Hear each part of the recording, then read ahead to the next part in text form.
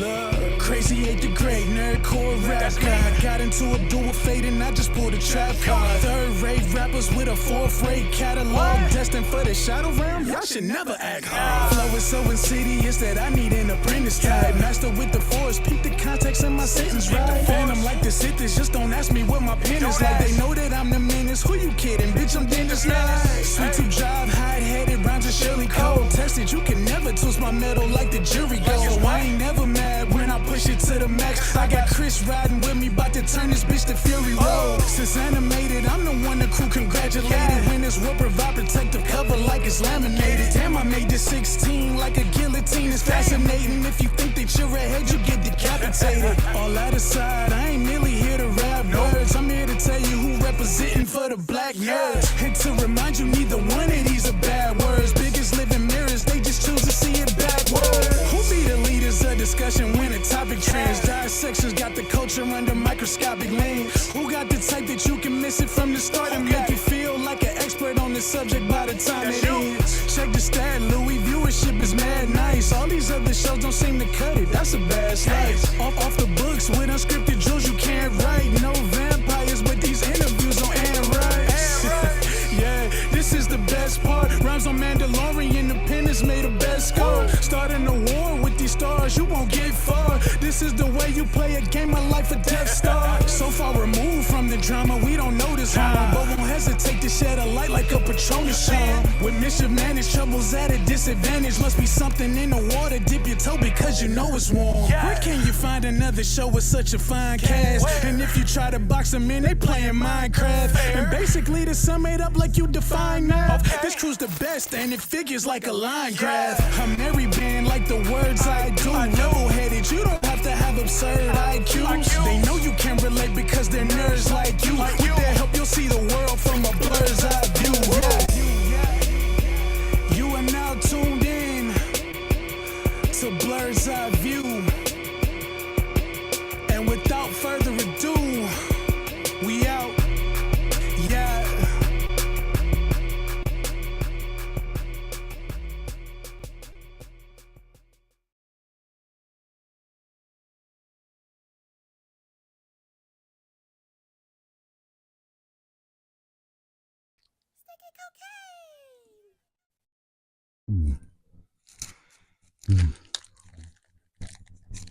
Ooh, I can't wait till I get my hands on this pop start steak and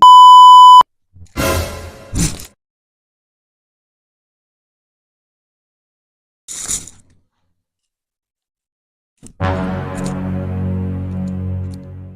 me that's not the last pop start cake steak.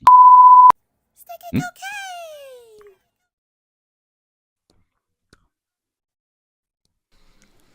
With all the vitamins and minerals that are included in Pop Starts,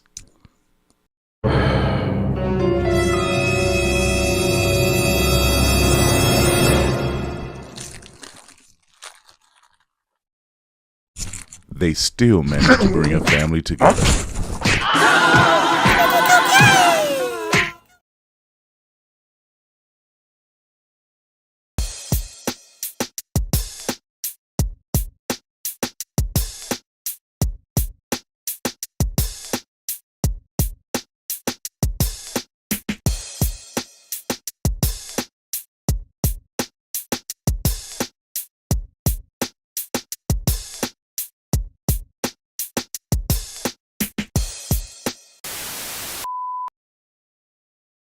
Hey everybody, it is your man on the wall, Chris Fury, Blur's Eye View. We're back for another Thursday show. And guess what? We have two premieres, so look out for that. We also are be talking about the Agatha All Along season finale, well, series finale. So let's get this party started. We got our very own assassin in the building. The Chaos Demon, as the crew like to call him. We'll be watching. What's going on, Will? Did my sound work? Yes, what's going on? Maybe so. You good? Oh, no, the computer popped up. It was just like, do you want to allow your microphone? I was like, yeah. And then it didn't confirm anything. So I was like, Oh, my God. What's going on with you? I got my dad text. Your dad. Yeah, I gotta collect mine later. speaking of dad tags, we got a good one. We got a new one in. We got our very own Crazy 8 the Great. I don't know if he's showing up yet. Hey, It's in black right now, but I'm here. Hold on. Let me see what's Drake going the on. darkness. the brothers darkness. What's going on, Mal? In the building? What's happening? Of course, Bama's in the building. That's his call sign. That is Bama's call sign. Thank you for the tip there, and same to you. May the spookiness be with you. This is the final day of this wondrous occasion. I hate it. I don't know why. October looked like it went by quick. Huh? I can hear you. Just don't see you. I don't know why my video ain't working. You want to pop out and come back in? I'm trying to troubleshoot now. Oh. Cause yeah, like my video input says front camera like that I'm using. Mm-hmm. And yeah, this is weird, bro. It's a new system. This shit is weird. Yeah. Hold on, let me see something. Triple. Okay, it's something. It's something. What did you do? What did you just do? I just cut your camera off, and then I flipped it back on. Yeah, but that's on my end. When you flip it on, like at first I saw something when you flipped it off. I seen like whatever it is. It's the first time I seen something here. Oh. Then hold on, let me see something. Let me see. Yeah, just pop back out and pop back in. Yeah, because this weird as shit. I hate it like so much. What's going on? I don't know. I'll be right back. All right. It is typical dad tax. Hey man, a few days ago, I had a Reese's in my bag. She's like, "Ooh, what's this?" I was like, "Not yours." And she thugged me and said, "I'm gonna eat it."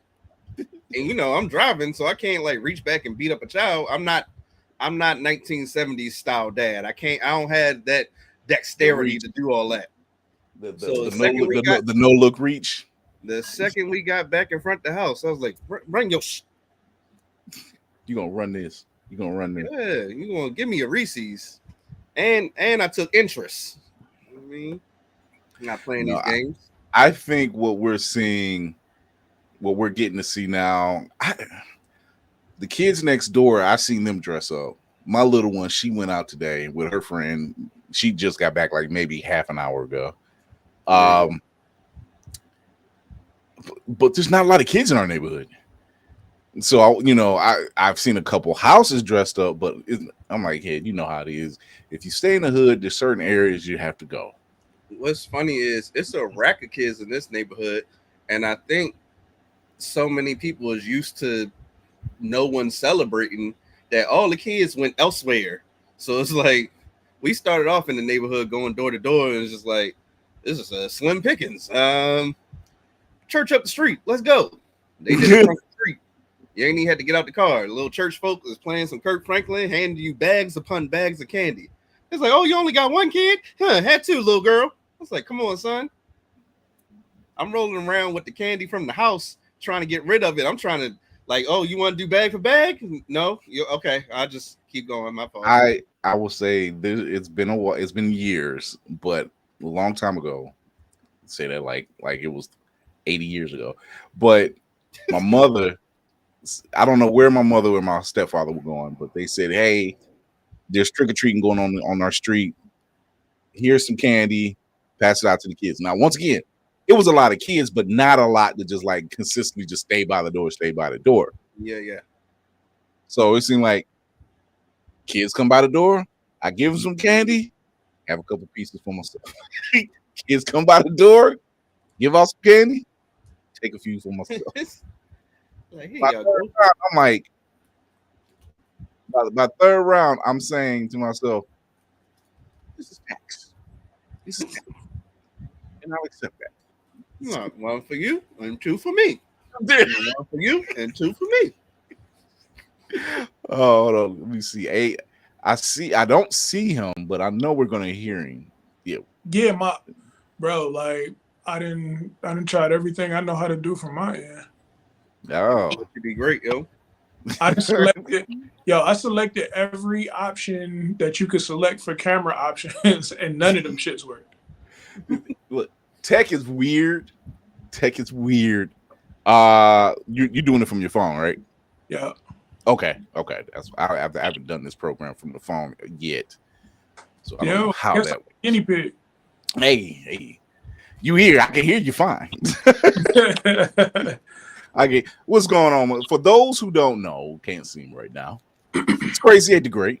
You've heard our intro song that somebody said earlier this week that they want to know where they can get that. And I said, oh no, it's a Blurred's Eye exclusive. So you can't get this. Yeah, that's definitely exclusive. Nobody else has that joint. No. So what's going on, Lizzie? Lizzie in the building. Lizzie, what up? So yeah, it's so we were speaking of Halloween dad tax, and you are a new dad. So congratulations on that. Appreciate it. Thank you. Hold on, let me give you the proper. There we go. Yo, I'm so sad that y'all can't see me, man. It's crazy. Are you in the costume right now? No. Wait. No, but I got this like I'm in theme for today's musical festival. Oh. Yes. So and I'm upset that you can't see me. Or the little setup I got going on over here, man. Because I'm waiting till the embargo passes where I can come by and visit. So y'all just got the new spot and the new baby and all that other stuff. Yeah, you know, we almost finished with construction. Whoopty, what's going on? Whoopty. I will say that the last time I did any kind of dress up for the show, it was me, DC, and Candy. And I can't remember what Candy did because I didn't have my glasses on. I was doing Nick Fury. And so I had the eye patch and everything. And I'm like, I can't see shit. I can't press a button. I was like, let me take this thing on, put my glasses back on. I was like, I won't be doing that again. And it was hot. And so I'm sitting up there with the shirt, with the neck piece and everything. I'm like, yeah, it's hot. It's hot. It's too hot. I can't see. This is not working. I entertained the idea of being President Loki, and there was a nice green sweater that was like, it was going to look fly. I'm happy as hell I didn't buy that damn sweater. It's hot as, oh my God. I'm walking around in a t-shirt sweating. I'm like, good Lord. Yeah, that's crazy. Yeah, it's warm. I'll take it though. I'll take Mal says, hey, Wolfie. Nice makeup and costume. I'm mad, bro. I don't know. I went to work like this, so. No, I see a lot of people. I was surprised to see the people that I seen. Now I work in the OR, so I'm surprised some of the people I seen, like some of the people in pharmacy, obviously were dressed up, but nobody in the OR. And I'm like, so y'all just not giving out candy in the lounge or nothing, huh? Y'all want us to buy something, don't you? That's not how it works. I don't think they told you that the spirit of trick or treating, which is funny in itself, because we teach our children from birth, don't take candy from strangers, don't talk to strangers, don't do nothing with strangers. And here we are, the one day that's allowed to go. We're just like, you got a free thing. Exactly. Hey, Logan. So yeah, it's the Logan. Hey, Will, that's another tax. Like, that's an appearance fee. That's an appearance fee. That's what that is. Oh man. So hey, once again, thank you once again for the intro, my brother. It's always appreciative. Love when you come through and always have something. And then obviously whenever you got a single dropping, you always hit me up. Which, by the way, yeah, stuff is going on, man. You know? Which, by the way, we have 2 singles today. We got 2 of them. Oh yeah, I was working. Yeah. I'm sitting up there. I'm like, okay, there's an album getting ready to drop somewhere. Y'all may not be ready for that yet. Y'all need to get ready. I'm back in my bag, man, and super inspired, and I'm just doing whatever my mind says I can do. So I want to know, between being a new father, a new husband, new home, just a whole new life, and now a new album, just like it's like you had some sensu beans in you. You had some sensu beans in the bag somewhere, ready to go. the thing is, man, like when it comes to the music, the family aspect of motivation for the music shot through the roof. Mhm. And not that, my family, my wife and everybody wasn't always like, priority, but everybody's like in my hands for real. Yeah. Everybody. And then a new person that didn't ask to be here is also in my hands now. So it's like, so are you going to be the old guy that, could be like, yo, I used to rap, or am I going to be who I am? and it means something, and it provides, and it does everything it's supposed to do. So I was like, you know what? No excuses. Time to get to work. Leave all us old people that used to be and never was alone. Man, because there's a lot of them, bro, especially in Cleveland. Chris, Yeah, man, look. I'm like, I've seen cats still to this day. I'm not even from Cleveland, but just being up here for the past almost 20 years, just seeing cats and the way they talk, and I'm like, you was probably big something back in the day. Bruh. But to what end? It's like, to what end? I refuse, bro. I refuse. And this was the one thing I was put on this planet to do, for real. So like, when you find out what your purpose is, it's like, I can't let that fall by the wayside for nothing. I don't care what. So yeah, man, like, and this single almost didn't happen, but I made it happen. I made that. This is what I love about your work ethic, man. It's a never say never attitude you got. And there's a no quit attitude on top of that. Yeah, no, because I mean it has to happen. Like, because my thing is when the music functions perfectly, everything else falls into place. Everything that I need to take care of my family happens right after I get this music good. Right. And so it's like, I have to do the same way we might get up in the morning, clock into the job and stuff like that. I clock into the music the same way. It has to happen. I don't know. I'm gonna play the first single because I got to hear snippets and I'm like, oh shit. Yeah, and it's always a fire. It's so unexpected, man, because and you gotta thank B for the Call Me record. That's all Candy B right there. Like, if it wasn't for her, I might have just like, that beat's all right. Whatever. I like that. Whatever. She was she has style. She definitely has style. And she made a good point though. She was like, who are you making this for? Like, what are we doing? Just like, we need some hits around here. And I was like, you know what? You're right. That's her. Right. That's Candy all day. That's Candy B, legacy member of the Blerds Eyeview family. Also, the princess herself is the third Blerds Eyeview baby we've had. That's part of the crew. So it's like, that family's growing. Oh yeah.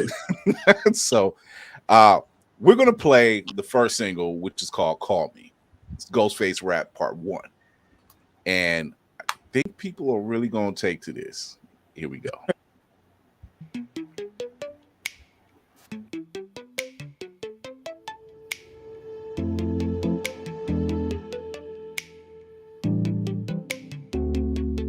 I'm losing my patience. I can't stop chasing. Ooh, mask up, you can't take it. Ooh, call me for killer conversation. Ooh, you home alone again. Yeah, pick up your phone again. Ooh, pull up on some late shit. Ooh, call me for killer conversation. Ooh, killer convo.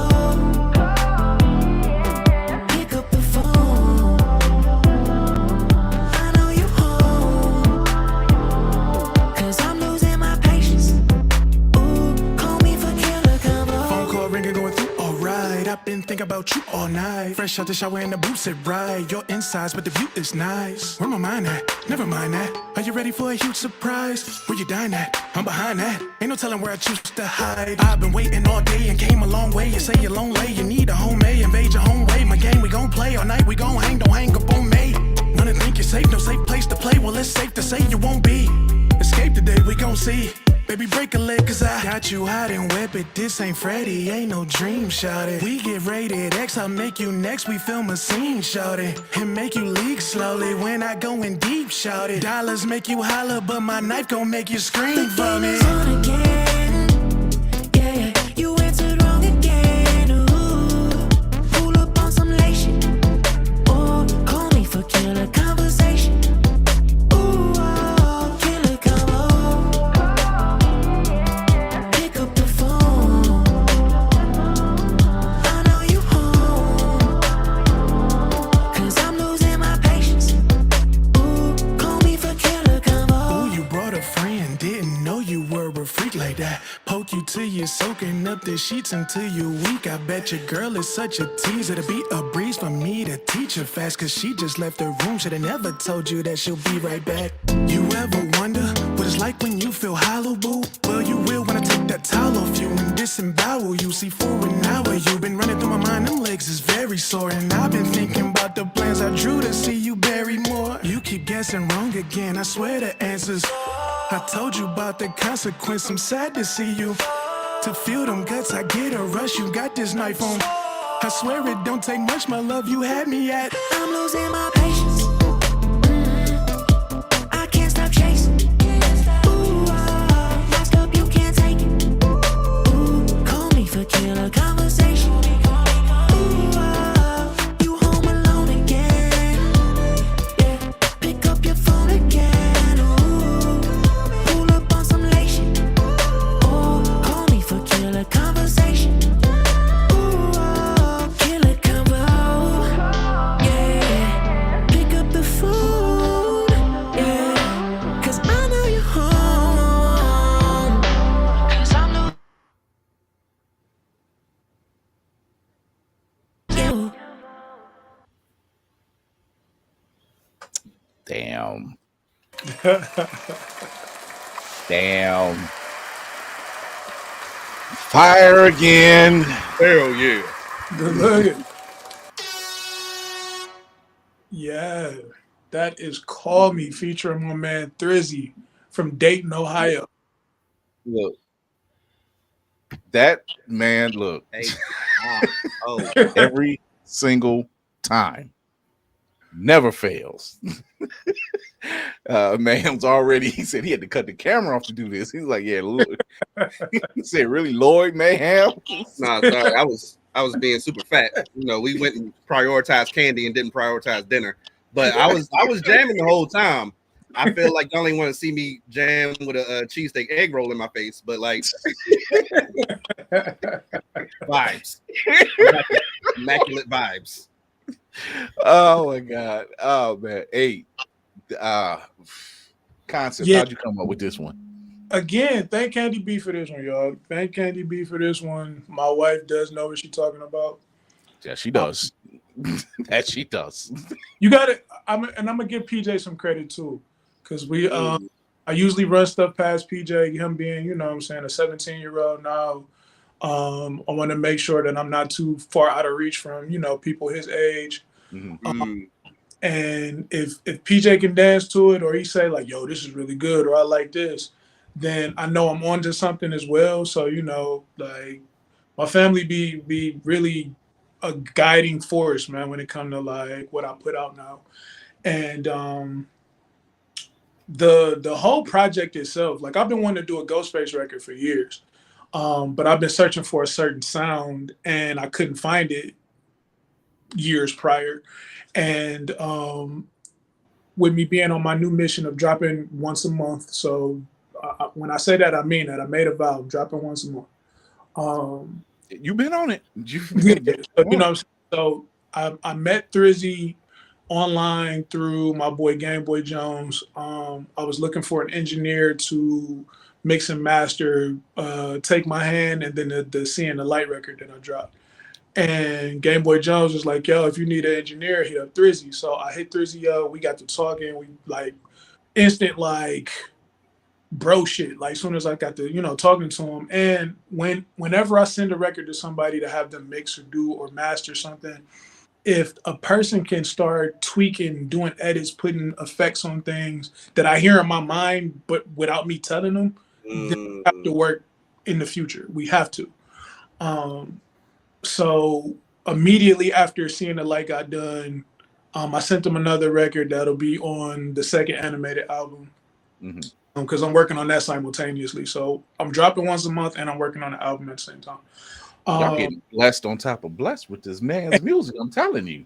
Yeah. And like Thrizzy's super talented. So he can sing, like he's a pop singer, but he also can rap, he engineers, he mix, he do graphics, he do everything. And I was like, yo, bro, like Halloween coming up, I really want to do a Ghostface record. And he was like, yo, me and my girl love Ghostface. And I was like, oh, say less. Let's put something together. So him and Game Boy Jones have a group together called Glitch Whisper. And Glitch Whisper makes music about horror video games. And Thrizzy adds this dark pop element to the Glitch Whisper stuff that they do. And I was like, yo, I need this sound to be a part of my shit. So he sent me the producers that they use and was like, check their catalog out, see if anything stands out to you. So they have a record called Drop Down, which is a Five Nights at Freddy's song. And I loved how that sounds. So he sent me that producer. I went through his catalog, and that producer ended up being the producer for this new Ghostface project. Because everything I heard just was crazy. And the next record, Killer Conversation, was the first beat I picked, and it was going to be the only beat until Candy B intervened and was like brilliant. So I sent them the, what I'm saying? Like I sent them the first record, but then I also know as a musician, like, what if he don't vibe with this the way that I do? I got to give him some option. So I found the light pop record, and again, Candy B was like, she was jigging and dancing around the house and shit. When your wife dancing around the house, it's a wrap. especially if she's doing that dressed as the Lorax.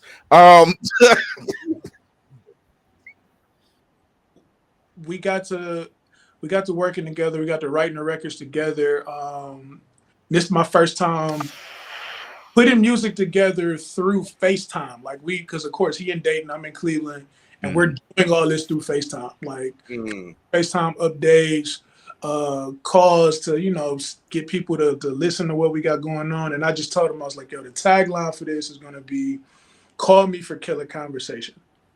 That is going to be the tagline. So the music got to reflect that. And he got both beats. He got both beats and was like, give me some time. Let me put some melodies together and we're going to be all right. And so he sent me back melodies to both beats. And we ended up with before and after set pretty much. So Call Me and Killer Conversation put together makes the title Call Me for Killer Conversation. Man, questions? Yeah. No, I ain't got no questions. I was just listening to the information. I if those that don't know, my background is in audio production, so it's been a minute since I can just sit in a space with a musical artist and just hear about the process. And like that's just I was just absorbed in the convo. I don't even got no questions for real. Tafari, and I will send you the Lorax one. I thought you'd seen that one. I'm gonna send you the Lorax memo. Same. I was just here for the listening party. I ain't really got no questions on the process. I play music. I don't really know much about the ins and outs of making it. This is a sign of I have no notes. Right. I have no notes. It's like no notes. Everything's good. 10. Whoopty. Basically, just a question about your inspiration. Outside of your wife and your close inner circle, where else do you look for inspiration outside of the nerdy things and stuff like that? So I'm a big consumer of pop culture, just in general. So when it comes to movies, like I live at the movie theater. Everybody that knows me knows that. So like I can go to the movies, and as soon as I leave, I got songs in my head. As soon as I leave the theater. This month was tough because my daughter was born this month. My wife's birthday was also this month. My son's birthday is this month. We're adjusting to a new move. We're doing like so much stuff going on. I got a hectic work schedule, and trying to balance all that. And this project came because one, we love spooky season over here at this house. So spooky season is our thing. And again, I've been wanting to do Ghostface forever. I'm a big fan of the Scream franchise. And it's easier for me to pull from something that I know the ins and outs of. I can pretty much recite every Scream movie word for word. So being immersed into that world makes it easier for me to put spins on things. Like, all right, well, how do we come up with what Scream feels like? What would Ghostface do in this scenario? Like if Ghostface was a rapper, what would he say? Like what would he do? How would he go about it? And there's always two ways to go about that, which is another reason why my wife is a genius, because the Ghostface aspect, like Ghostface as a character, has probably transcended his own movie franchise. So it's more about, like, you know, you got the spoof parodies from the scary movies that the Wayans brothers did, all the online meme content, the Ghostface fanfare from people like from women and people that love to fantasize about Ghostface. You got all these aspects to the character, and it's like, all right, how do we put this in the music? And everything just kind of, and that's where the tagline came from, because it's a double entendre. Call me for killer conversation. One meaning linguistically, I got you on the convo, but also Ghostface is a killer. So when I call you, you're probably not going to be alive afterwards. So the whole project is like a double entendre, and it's fun to play around with the concept and just kind of be outside yourself and what would Ghostface do in this scenario, or how would he flirtatiously say this, or how can we jokingly do this, or how can I have all these sexual innuendos but they actually are murder intent lines too?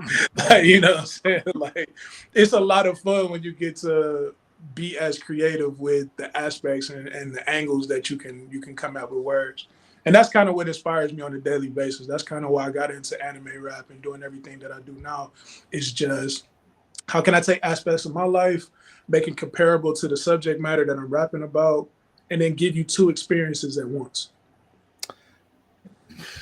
You are a walking, talking genius of wordplay and ideas, and it never ends, which I love. I love this because that just tells me how creative you get with your music and with your style, because not that I'm looking for somebody that can top it, because what you do is original. Your style is original. I've seen other nerdcore rappers, but just what you do is extremely original, and I'm always looking forward to it.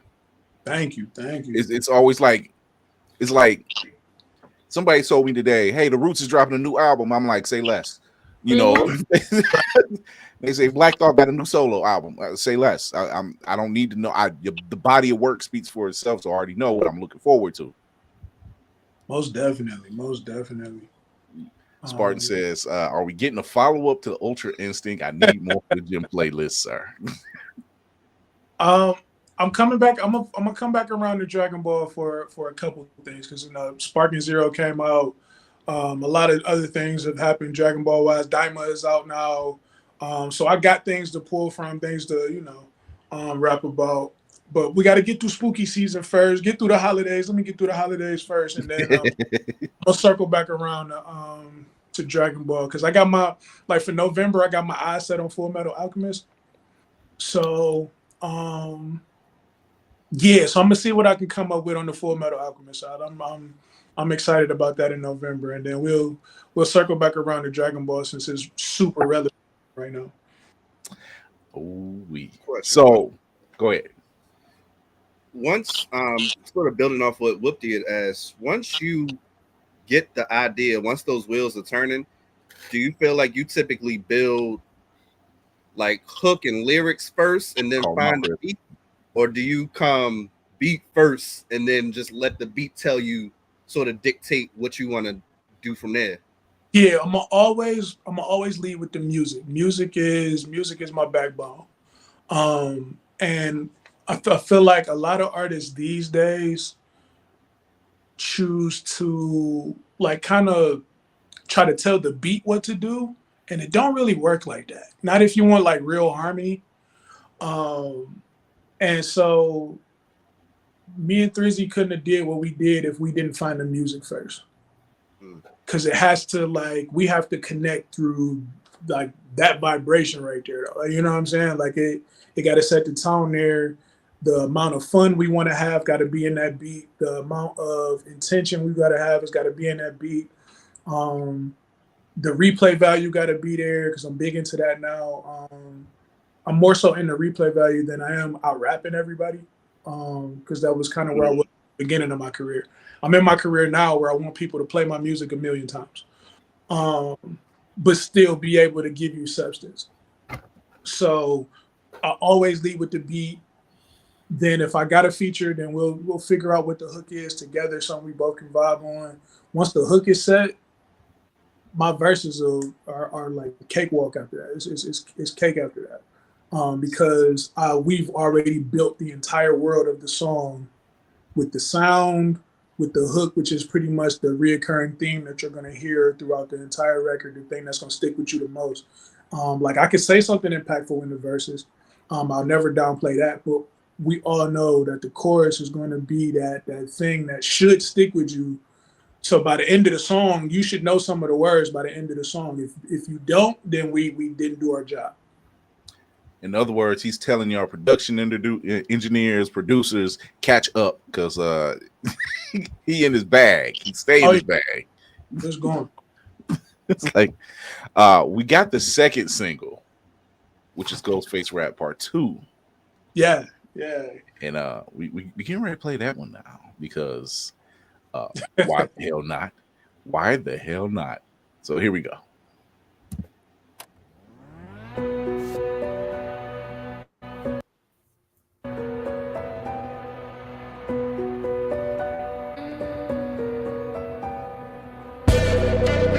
You feel alone again. Pick up your phone and let me in your ear. This night may be the end. Just call me up and I can end your fear. You've been dying for it, got you losing all your patience. Running after love when I messed up, I can't stop chasing. Cutting up real nice, this ain't no Freddy versus Jason. Call me for a killer conversation.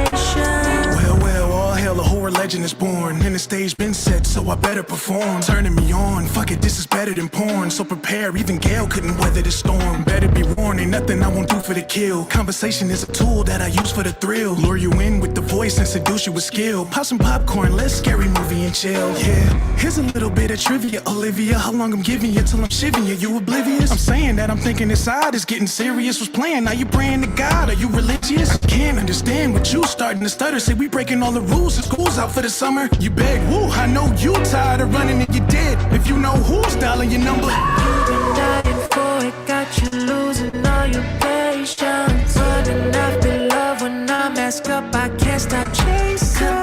Cutting up real nice, this ain't no Freddy versus Jason. Call me for a killer conversation. Name the killer in Friday the 13th. Jason!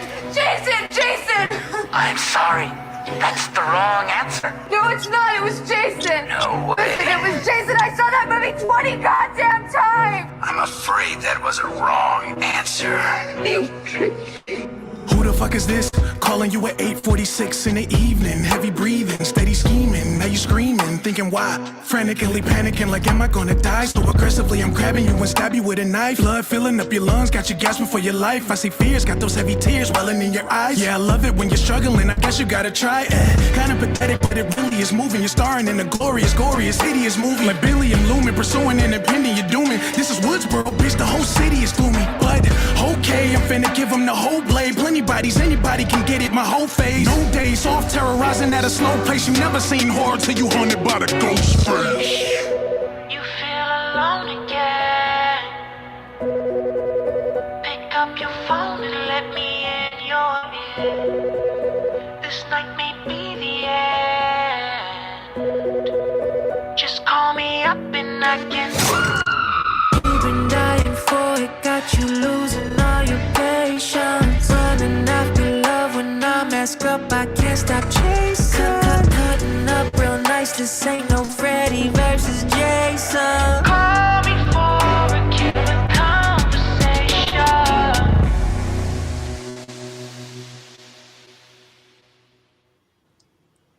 Dude.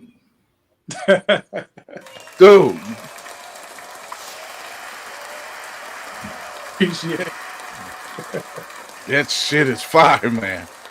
Oh my God. Oh my God. Hold on. I gotta give you this one.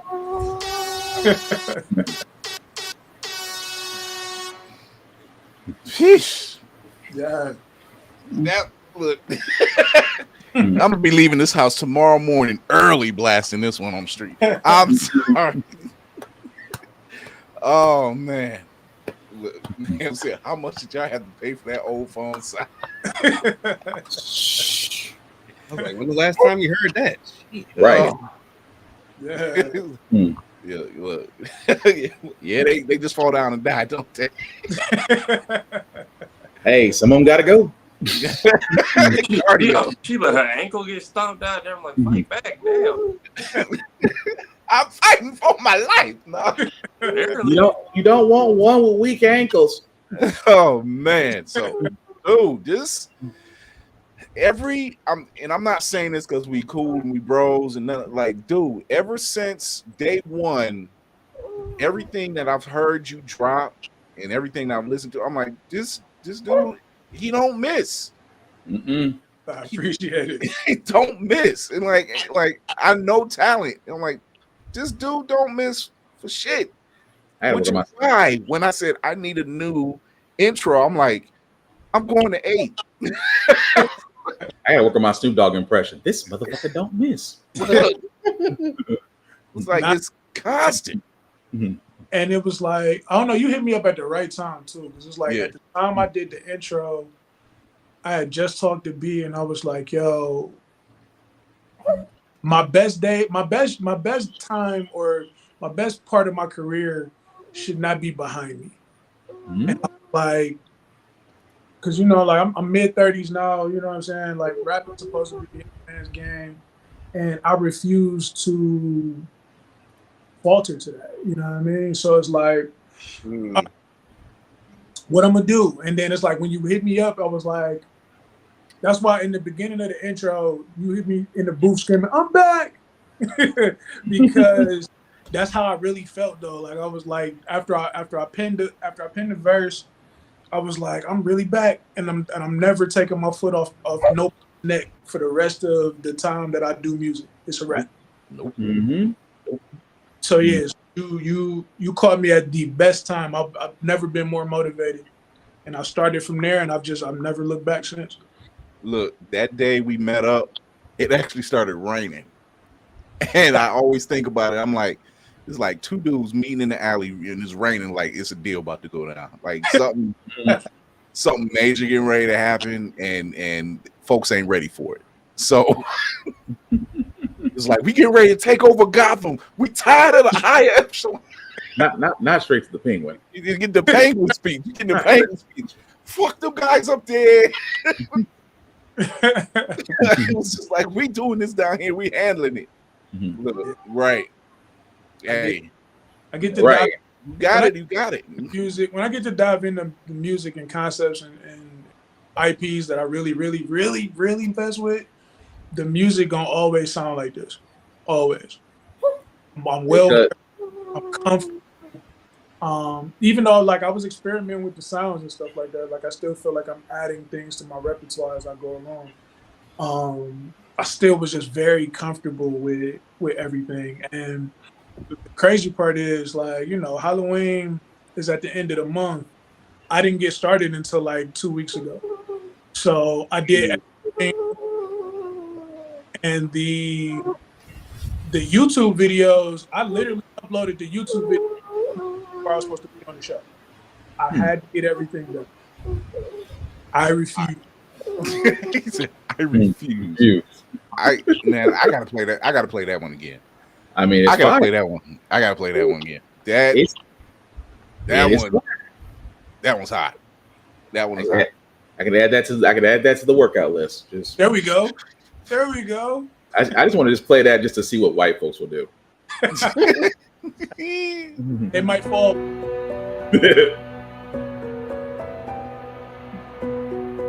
Y'all eating today. Y'all love this. You feel alone again. Pick up your phone and let me in your ear. This night may be the end. Just call me up and I can end your fear. You've been dying for it, got you losing all your patience. Running after love when I mess up, I can't stop chasing. Cutting up real nice, this ain't no Freddy versus Jason. Call me for a killer conversation. Well, all hell, a horror legend is born. And the stage been set, so I better perform. Turning me on, fuck it, this is better than porn. So prepare, even Gale couldn't weather the storm. Better be warned, ain't nothing I won't do for the kill. Conversation is a tool that I use for the thrill. Lure you in with the voice and seduce you with skill. Pop some popcorn, let's scary movie and chill. Yeah, here's a little bit of trivia, Olivia. How long I'm giving you till I'm shivving you, you oblivious? I'm saying that I'm thinking this side is getting serious. Was playing, now you praying to God, are you religious? I can't understand what you starting to stutter. Say we breaking all the rules, the school's out for the summer. You beg, woo, I know you tired of running and you dead. If you know who's dialing your number. You've been dying for it, got you losing all your patience. Running after love when I mess up, I can't stop chasing. Cutting up real nice, this ain't no Freddy versus Jason. Call me for a killer conversation. Name the killer in Friday the 13th. Jason! I'm sorry. That's the wrong answer. No, it's not. It was Jason. No way. Listen, it was Jason. I saw that movie 20 goddamn times. I'm afraid that was a wrong answer. You tricked me. Who the fuck is this? Calling you at 8:46 in the evening. Heavy breathing, steady scheming. Now you screaming, thinking why? Frantically panicking like am I gonna die? So aggressively I'm grabbing you and stab you with a knife. Blood filling up your lungs, got you gasping for your life. I see fears, got those heavy tears welling in your eyes. Yeah, I love it when you're struggling, I guess you gotta try. Kinda pathetic, but it really is moving. You're starring in a glorious, glorious, hideous movie. Like Billy and Lumen, pursuing independent, you're dooming. This is Woodsboro, bitch, the whole city is gloomy. But okay, I'm finna give them the whole blade. Plenty bodies, anybody can get it, my whole face. No days off, terrorizing at a slow pace. You never seen horror till you haunted by the ghost face. You feel alone again. Pick up your phone and let me in your ear. This night may be the end. Just call me up and I can. You've been dying for it, got you losing all your patience. Running after love when I mess up, I can't stop chasing. Cutting up real nice, this ain't no Freddy versus Jason. Call me for a killer conversation.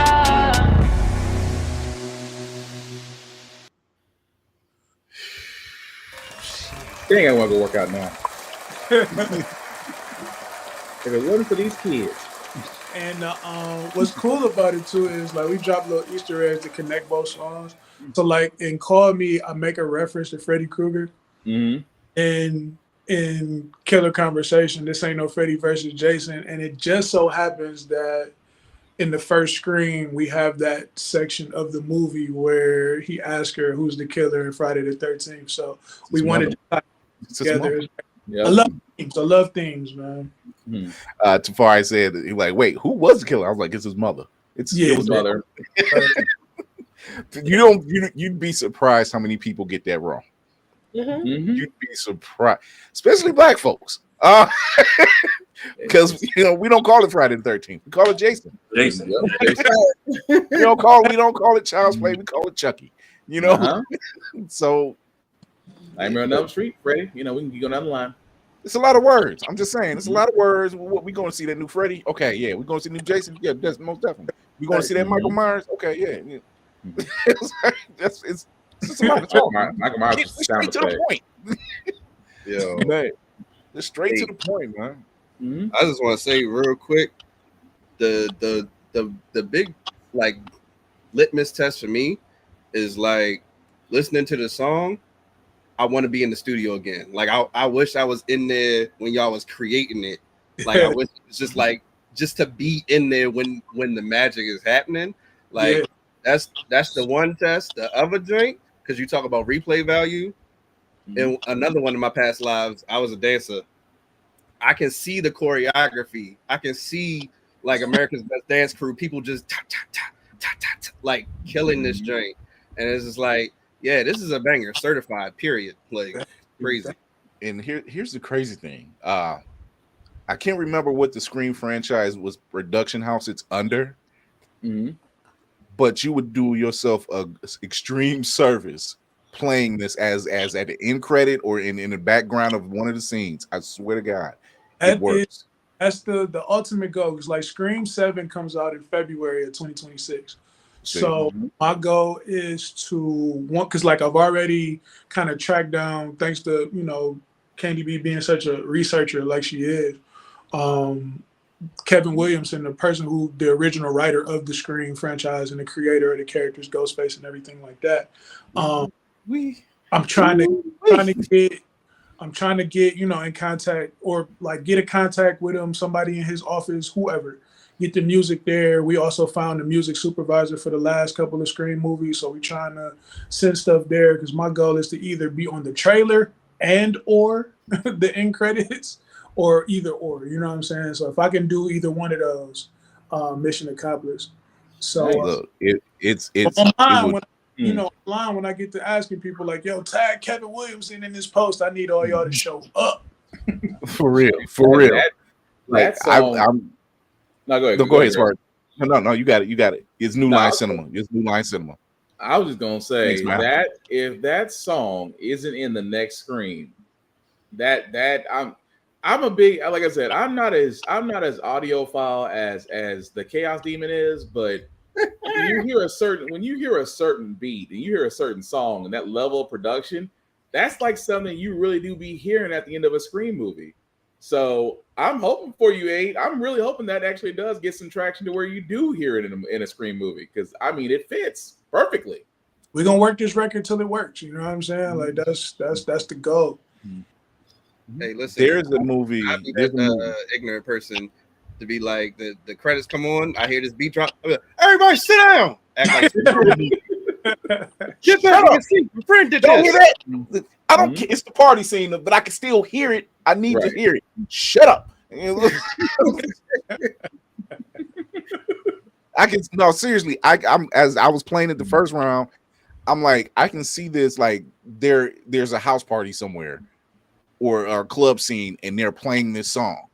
Yeah, it's like as the background, and then like as credits are rolling, you hear this song in full. Like I'm like, why isn't right? There's a reason. Okay, I don't know if you seen the movie the Lady Killers with Tom Hanks and Marlon Wayans.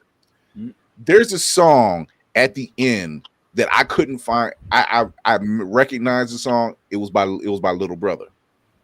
Wow. And that's how I got linked up to Little Brother. I was like, yo, I could not find that song anywhere. But I recognize, I said, whoever this group is, I'm gonna find them. And by the time I found them, I'm like, I got exposed to their entire catalog. Yeah. Yeah. I'm like you, man. Sit y'all's ass down. Aid is spitting. And my wife is wanting to sit it there and say, is there after credits? Not for this one. but I'm staying for the music. It was, for the $13.50 I paid, we will stay here till the screen goes white. I'm a huge believer in speaking things into existence and putting your intention behind it into the universe and getting that back. So, like, as of today, we gonna make the Scream soundtrack. We're going to make it. Yes, sir. Yep, Chitlin Circuit. That's what it was. Yeah, Chitlin Circuit. I've been a Little Brother fan ever since.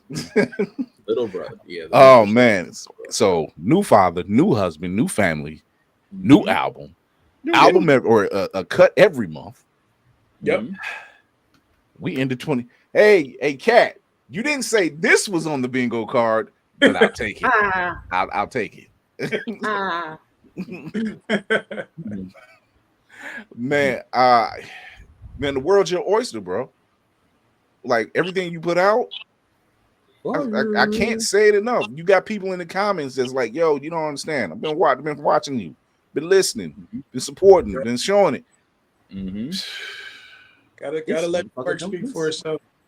Yeah. One of the hottest things in Cleveland is Crazy at the Gate. If y'all not gonna follow them, and by the way, those 2 tracks were Blurred's Eye exclusives. Yeah, I'm just saying. I hadn't promoted that, the YouTube drop, so nobody saw the videos until they saw them with y'all. That's it. So I'll be promoting it after the show is over, but I didn't want to do it beforehand. Yeah. So I uploaded the videos and then hopped right on the stream. Nice. Hey, it's always dope having you come through.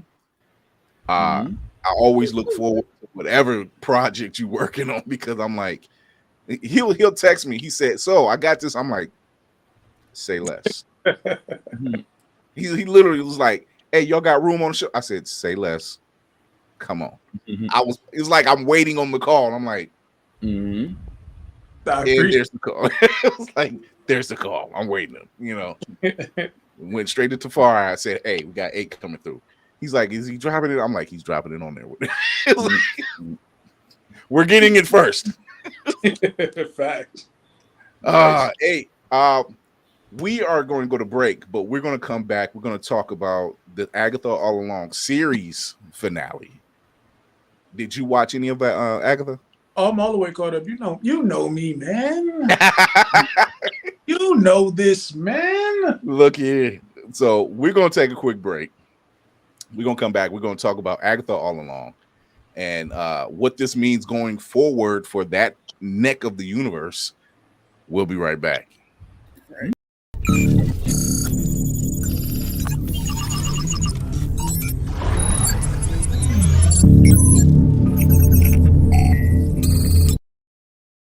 Blerd's Eyeview is a proud affiliate of Otaku Noir. Use the code Blerd's Eyeview for 10% off on all items. With a different nerd-themed box filled with items made by talented blerds across the country, you surely will not be disappointed. Go to otakunoir.com.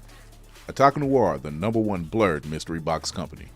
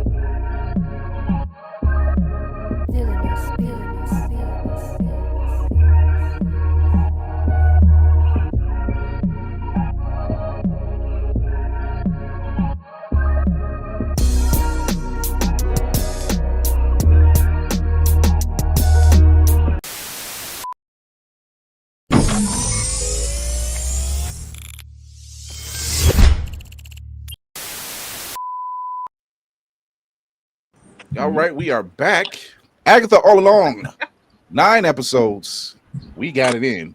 She didn't steal our heart, but she definitely stole our hearts because it is considered one of Disney Plus's best MCU shows to date. The numbers show it, the fans show it, the music shows it. Because if Witch's Road wasn't catchy as hell, and all three different versions, Right. all three different versions. Another reason why I'll embrace Death's sweet embrace. Other than I just say, I'm like, hey, Death comes to the door and it looks like either that one or the Virgin from Sandman. I guess I'm okay. Death and Supernatural, or Supernatural. I'm like, you know, hey, The Witch's Road was just the world's first Ponzi scheme. Yes, yes, it was. It was. Man, I can't. What's the safe word? Is artichoke? Okay, I guess. I know that's you want. I don't know if that's a word you want for a safe word, but okay. I would say pineapple juice, but you know, whatever. Did I not say for 2 weeks Rio was back there diddling a corpse? Yeah, that's right. Oh man. Right. So we got 2 episodes, which was the breadth of the series. I gave it another rewatch. I want to know first off. So a friend of ours, I think Greg Burnham, put it in the post earlier. He said, "Did it stick the landing?" And I said, I wouldn't count it as a landing. I would count it as a continuation, as it was going out, because it was announced that they're doing two other shows based on this universe, and we're not counting Vision Quest. It's going to be 2 other shows, and we already know he's going after his brother, which means that other project, and Jack Schaefer, who has been tapped to do the rumored Scarlet Witch project, is rumored right now. You know, the way rumors been running lately, thanks to Cat Williams, they've been coming true. I mean, the prophet Cat Williams, you have to give him that. I went another direction. I think they're setting up for Young Avengers. Oh, they're definitely doing that down the pipe. They're definitely doing that down the pipe. Yeah, because we've met every member now, haven't we? Just about. Just about. Just about. Wiccan, Kate, Patriot. Patriot, and Ironheart and Miss Stature. Yep. Are they going to? Do you think they're going to do Hulk's son in exchange for riling everybody up? I think Hogan's going to be an apology for how he got introduced. I think Hogan's going to be an apology. Yeah. What you say? Hey? No, I was saying, do you think they'll make Hulk's son Scar be in exchange for Hulkling? I thought about that, but I don't think they will, because they don't do much. They don't do much with Scar now in the comics. Right. I think the gays would riot. Absolutely. I feel like they would be highly upset if you don't give Wiccan his superpower boyfriend. Yeah. Well, pretty much. Or husband at this point. Or at this husband, game. yeah. It's his husband now. So yes, they did. Shout out to Shazir Zameda. Jennifer at the cost of every other one that we've ever had in history. But the thing about it is, though, that can be now added to the pantheon of Black people that survived a horror movie or something. We can add her to the pantheon now. You may bring it total up to 4. Yes. Yeah. He survived the road. Meanwhile, every other Black, which we just met in the span of 5 minutes, did not. Right. So we get the first episode deals with they're on that final trial, and I'm not gonna lie to you, don't let me hold you, but when Jennifer finds out that it was by sheer coincidence, the reason why her powers that she actually gave up was because of a spell that Agatha did for some other reason, and it had nothing to do with her. She's like, I didn't know I had no clue. But that entire scene of her binding her and then saying, you hold nothing over me, I'm not gonna lie, I kind of felt in my Black soul. Release the white devil. My Black soul, I'm like, just if you look in her eye, even Agatha couldn't stay focused. Like, no, that's coming from Blackness. That was coming feet. And I'm like, yo, I felt that. Like, and then she started tearing up, and I'm like, wait a minute. Right. And then she embraced it, and then she was gone. And I'm like, hey, and she ate it. I felt every ounce of that. I'm like, all of it. So, 8, what did you think? Now that was a powerful scene though. And given that, old girl comes from like a comedic actress background or whatever, she had been doing drama her whole life. Yeah. Like that was powerful, man. Like y'all should have heard B rooting and screaming during the whole scene, because it was just like, yeah, come on. Like that, it was dope. I'm not gonna lie, I was in the office like, yes, right. All black people celebrated that moment like, whoo. It's like, you took Lilia, but Jen lived. I'm like, I'll take it. I'll take it. I also felt like that piece went exactly as long as it needed to, because when it started off, I'm going to be honest, like, what did you like snatch piece of her hair and then wrap her arms up? I was like, what the hell are you doing? Like, this looks meaningless. It looked like at any point Agatha could just be like, let go of me, get off me. But like at a certain point in her repeating it, it's like the words started to really sink in deeper and deeper. I was like, this feels racially motivated. Fuck you, Agatha. I was angry with her. Right. I was still waiting to see what the background was with her, because I'm just like, this old white dude just was drowning you in water and nothing happened. It was just a random white man. They took the fall for Agatha. That's what it was. That's what it was. That's what it boiled down to. It has been haunting her for a century. I'm like, at least show us what happened back then. We just noticed this random ass dude has been like choking you in your dreams for like. He was like, you tell me it wasn't even him, it was her. That's why she was like, you sociopath. Right. You gotta blame. I was trying to figure out the whole entire time. What do you do? Sort of do some poison grits back in the 1800s? Like, what? Why is this man mad at your ass? Yeah, you gotta blame budget cuts for that shit, man. I'm pretty sure they had an episode written for that, and it didn't fit the budget constraints.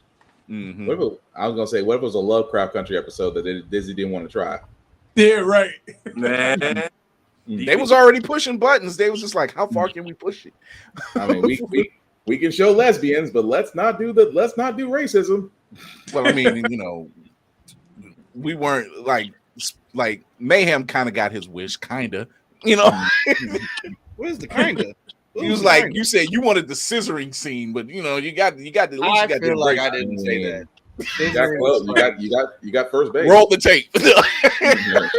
Safari, you find that footage. But I wanted to kiss. I was satisfied. Result of kissing death. What were we about to do on the road about 4 episodes ago? Was we about to just risk it all, or if that's just gotta risk it for the biscuit sometimes, son? I'm just saying the potential of what is happening. What even was y'all relationship for the first how many years? Listen, that part you got lined up in shotgun and let it fly. Just you telling me I did all this? See, this is what Thanos was chasing. I'm like, you did all this just to die? I mean, in Thanos' defense, we as men have done pretty much close to anything. Like Mayhem said, risk it for the biscuit. Hey, you only live once. Attempted genocide for 5 seconds of pleasure. That's kind of messed up. I would have liked a mention of her having to take this, talking about breaking rules. A mention of having to take 2 of the same guy back to hell, and just I've already had to deal with enough crap because of y'all. So people think of Thor's sister as the goddess of death. She's more or less a goddess of war. Because when Odin created her, that's what she liked. Killing. She liked war. Yeah, pretty much. It was just she's that version. She's more of a goddess of war. You just happen to die. That's just what it is. It's just, death is her art form. It's like I'm not over hell. I just send you there. Yeah, being a goddess of death and being death is still two different things. Mm-hmm. Right. One is practice of, and one is the embodiment of. Like, you know what I'm saying? Rio literally said, "I am the natural order." Right. I am what I am. Right. If You're that gonna wasn't force some- Agatha through non-natural means before her time is up. So what the fuck is y'all whole relationship? I'm still confused. If you think about how Agatha has wantonly killed over the years, why wouldn't Death be in love with her? Right. You've Well, provided me. definitely. You've done the job I need. On the Titanic, she was on the Hindenburg. Think about the giant loss of life. I wouldn't be surprised if they showed like a picture of 9/11 with Agatha in the background. Like you see what I mean? Like she is a terrible human being that does terrible things. So basically, Death is looking like Agatha. Like, I wish you would stop doing my job. No, she's looking at her like, no, continue to do my job. You're making it. Have an arrangement. People to me. Yeah. She's like a salesperson. You didn't want to get rid of your number one salesperson. Yeah. I'm just like, when did the relationship form? Because clearly it didn't work out when you ran off and had someone else's kid. Like, don't call me my love as you actively give birth to some stranger. It's called dental dams. Nigga, what? Just look it up. Look it up. Move Good on. night, everybody. Wow. That's crazy. That's crazy. And this is why we call him the Chaos Demon. Oh man, no. I think what it is when she's having Nicholas, and she's the only one there. Like there's so when she shows up, she's like, no, anybody else, just no. But anybody but you. That's the wild part. Take his dad. Also, too, she said the phrase like you come from scratch. Like, so I'm feeling like it was like an immaculate conception. The way she said that, and I feel like their relationship is more so like the drug kingpin ain't gonna get rid of their top earner. You know that part. Like if you bringing me more customers, then you know we got a thing going. We got a love thing, Baltimore love thing. Oh my god! Right on time. And the comment sections is on fire as usual. Just man. I never thought those two words would ever be said on this podcast. But thanks, Mayhem. Hey, we we get exclusives. You never know what shows up. Hey, the beauty of life. So it's the beauty of life. I enjoy it. Billy sitting down with Agatha, and I've said this before. This is Agatha's redemption arc, because generally Agatha's not a bad guy. In comics, she's not a bad guy in comics. In the comics, right? She's a tutor. She's a tutor. She looks over. She's actually was introduced as a tutor for Franklin Richards. Nicholas Scratch is actually a bad guy. Right. So it makes sense, and I've said this before. When narratives are changed for live action, for movies or television, a lot of times those narratives are changed for a good reason, and for them to make sense. Yeah, this makes sense. This makes sense to have Agatha be the tutor, the guide, the governess for Billy Maximoff, who is just trying to learn his powers. It makes sense, and everything, when you sit back and do the rewatch and you see everything she says, she does it in a very snarky manner. And she shuts him down a lot of stuff because she knows, she's like, once again, she's like, there hasn't never been a road. And here we are all of a sudden. So she's making all these things and she's looking at this kid like, I got an idea who you are. There's something going on. I'm feeling something. I'm going to play along.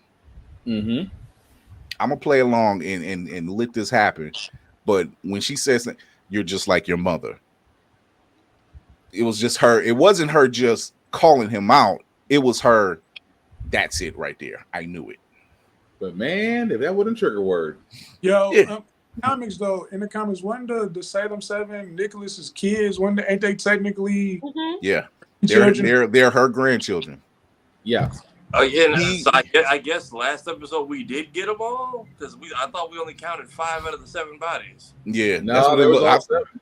Yeah, it was all. I thought it was 5. I think it was I think the 5 they actually showed him get impaled, I guess. But I mean, they got us this episode when we was like, maybe they'll make it, and they made us listen to everyone get shanked through the door.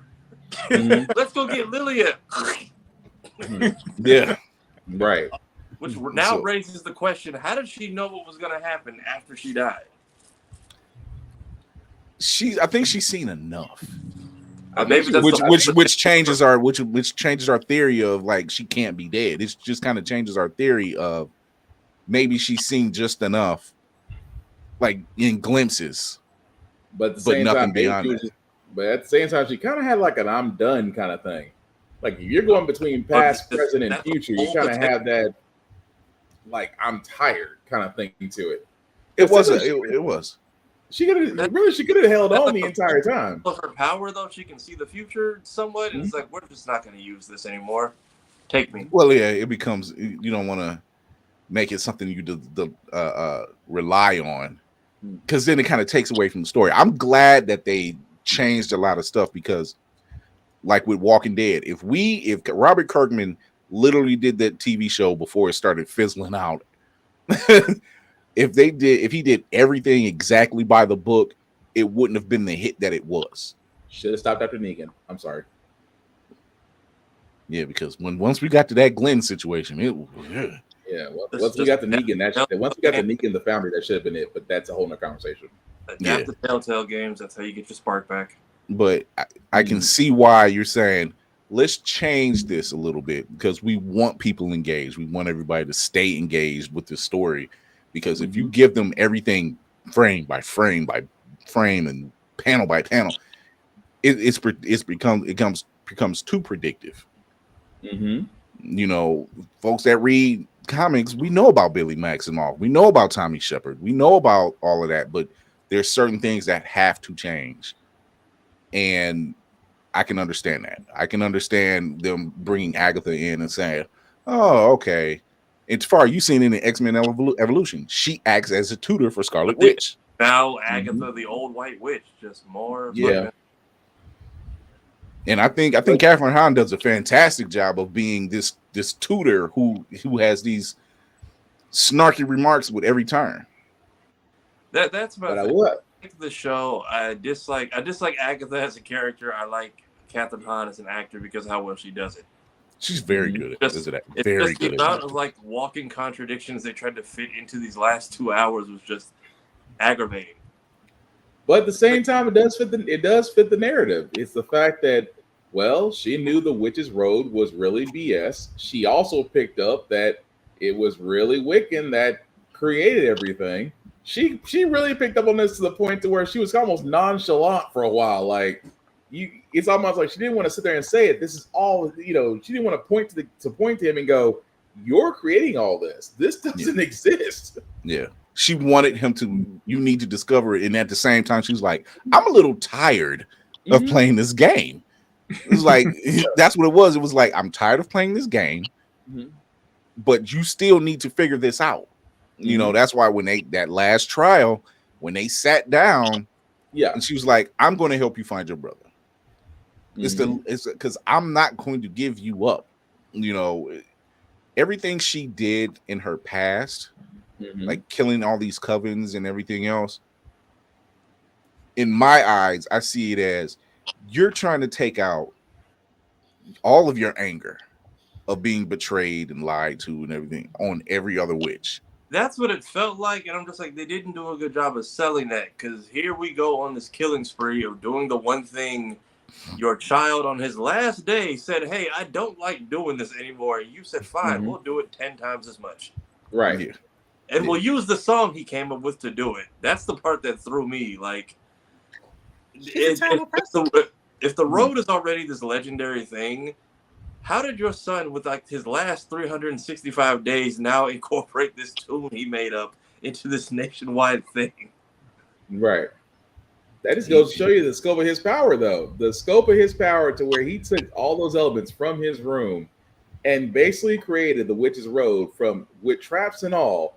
That just goes to show you. That just goes to show you the level of his own power he didn't understand. Yeah, that's sitting in the Nicholas back of your Scratch mind over- type stuff. Nicholas Scratch making the Hootenanny's #1 hits in the case of like a few months though. And Hootenanny. I'm sorry, Hootenanny. Boy, that's a Texas talk right there. Hootenanny #1 hits. How did you know that song? I'm like, man, how do you know that song? He just made it up a week ago. Right. But also too, like when it comes to like magic and like witchcraft and shit, rumors are a powerful part of it. If you like look into it, like so, like witches will create a rumor. Rumor is like still the power through words or whatever. So, Agatha being the witch that she was, she probably incorporated that somehow, and it traveled across other covens because of the like how well she lied about it or whatever. And it seemed like she was creating like that seance circle with everybody she killed. So it's like the rumor mill, like it's kind of where the rumor mill comes from. Like it happens that way. So it's believable. It's some stretches in there, but it's believable enough to where like the witchcraft community, especially back then, because you had to keep that shit secret or you was gonna get burned at the stake. That was my thing. How fast the rumor got around to where it's just like, right? Did they already believe in the road? You and got now to they think know there's about a song for it. Basically, you got to think about like, okay, say like you're living in that time and you catch an illness and someone knows like, oh, I know the great way to get rid of that, and it's something natural. It's completely natural. He's like, hey, eat this, do this, boil this, and drink this, and they're like, no one's ever done this before. Our local person who's like our doctor doesn't even know this stuff. This is witchcraft, Right. That's why all you niggas drink ginger ale when y'all got stomach aches. But don't it work though? It's not medicine. But somebody had to try for us to find out. Ginger ale and go lay down solved a whole lot of problems. I mean, it's just like ginger ale, chicken soup, and it had to be the correct ginger ale. Some of the ginger ale formulas didn't make no sense. What were you using? Seagrams. In the flashback, when she's killing the other covens, don't they have to hit her first in order for her to take their powers? Yep. That's so why that was the whole thing when she was walking into the circles and they're just like fade away. I'm like, don't you have to like trigger them for how we just because like that and that was her trick. That's what she would do. She because it made so much sense because the Witch's Road didn't exist. So she would use that if they're all in the circle singing the song and trying to, summon the door to the road and it don't work, she'll start the argument like she did with, her new coven and hoping that them witches would attack her. And that's been the con that they had going the whole time. Right. I mean, that was the hustle. The gaslighting. Go ahead, Whoopty. Hold on, Whoopty got something. Go ahead. Hold on. Whoopty got something. I mean, you would think like all the yelling, somebody be like, fuck this shit, I'm out, and just go home. Thank you. That's what I was like, why are these witches so easily triggered? Right. Like, y'all some fake witches. Y'all don't even believe that hard. They're like, let's kill this bitch. Yeah. Like, why? Not yeah. As many black witches as she recruited, I'm like, now one of y'all was like, maybe I shouldn't go first. I don't know. I looked at it. It could be, but I looked at it as maybe she knows that everything that they're supposed to be looking for at the end of the world is something they want, and it's normally something like some form of greed. And again, what do witches want more? They always want more power. Yeah. So if you sit there and tell them, hey, there's a way you can actually gain power, and let that be the hustle. And of course, they're gonna be mad at the end. It's like, we did all this for that, and you told us about this, man. We just gonna all blast you at the same time. Go ahead. But in this particular case, even though the road wasn't real, it was real enough, and each one of them, well, the ones that survived, got what they were looking for. Yep. And it wasn't so much the power, except for Agatha's case, she just wanted some power and peace. Right. But everybody else, they were looking for something that needed to be resolved. Billy was looking for his brother. That's not a form of greed to me. That's like, yo, I went to sleep hearing my brother and hearing my parents, and now they're gone, and I need to know what the hell happened. I need them back here. I need my brother back here. You know, I need to know what's going down. And then with Jennifer, she's like, yo, I was at this level and I was pretty much minding my business because you never really heard anything bad. But you just hear, she just, look, I don't know what happened to me. Like, I lost a piece of myself and it's gone. And I've been struggling for the past 100 years trying to get it back. You know, Agatha's thing is that witch made me live in my own nightmare for 3 years. She just want to pay back. Yeah, hundreds you've inflicted on other people. Yeah, so it was just like, I do have to shout out Herb, the next door neighbor. I know that brother is just like, yeah. If this mortgage didn't have me locked in, I would be gone already. I was gonna say, can we count that as not to cut you off the far, but can we count that as the next black man that survived? Yes. I'm this black neighbor. Can we sit there and say he survived? Now we're up to 5. I'm next door and I ain't getting touched. He just like, he's seen that happening over the house. He was like, oh. I mean, every scene Obo is outside. I'm like, bruh, why have you not just walked inside and said none of my business and closed the door? They don't have these problems on my daddy's side of the family. That Westview population might be even lower next show. Right. Oh God. So, Kira's going down the rabbit hole again. That treated, but it looks similar. Yeah, it does have some similarity. It does have some similarity to the World Tree. Yeah, but no. I mean, because the World Tree is a thing in mythology. Loki just chose to model the new timelines after what he knew about. Right. But even then, it explains the set. Somebody said in the comments on one of our last videos that the tunnel system is probably the railways that Sharon was talking about. And that was in the recesses of Billy's mind, and that's how that all got created. Go ahead, Whoopi. The first time you actually see the World Tree is in Captain America, the first Avenger. Yeah. That's the first time you in the Marvel MCU that you lay eyes on. The depiction, right? Yeah, the depiction of the World Tree, right? And then you see it again in Avengers because the scientist doctor, I can never remember his name. Yeah, Dr. Solvik sees it. Yeah, and he's doing like a class or something, and he talks about it. So it's definitely a real thing. It's a running theme through what we know is the MCU. Yeah. So I'm looking forward to what they have going on next.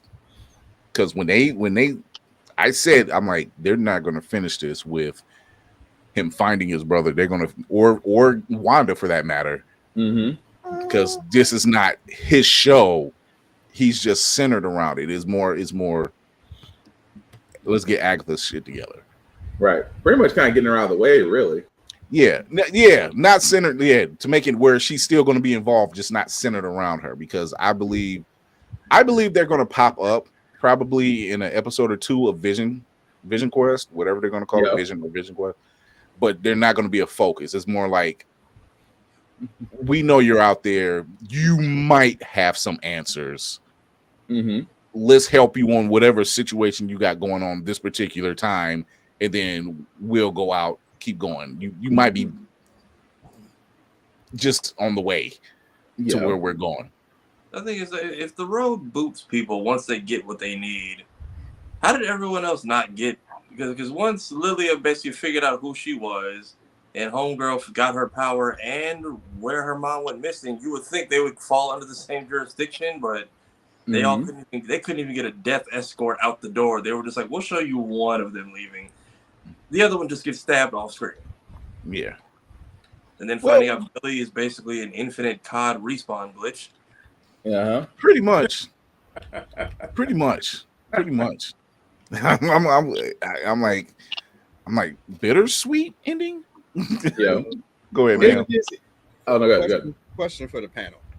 So Agatha, it was thought this whole time that she traded the life of her son for the Darkhold. We find out over the course of the show, I guess Nicholas was supposed to be stillborn this whole time, and you know, Rio let him live for like 6 years and then came and collected him. Had nothing to do with Darkhold whatsoever.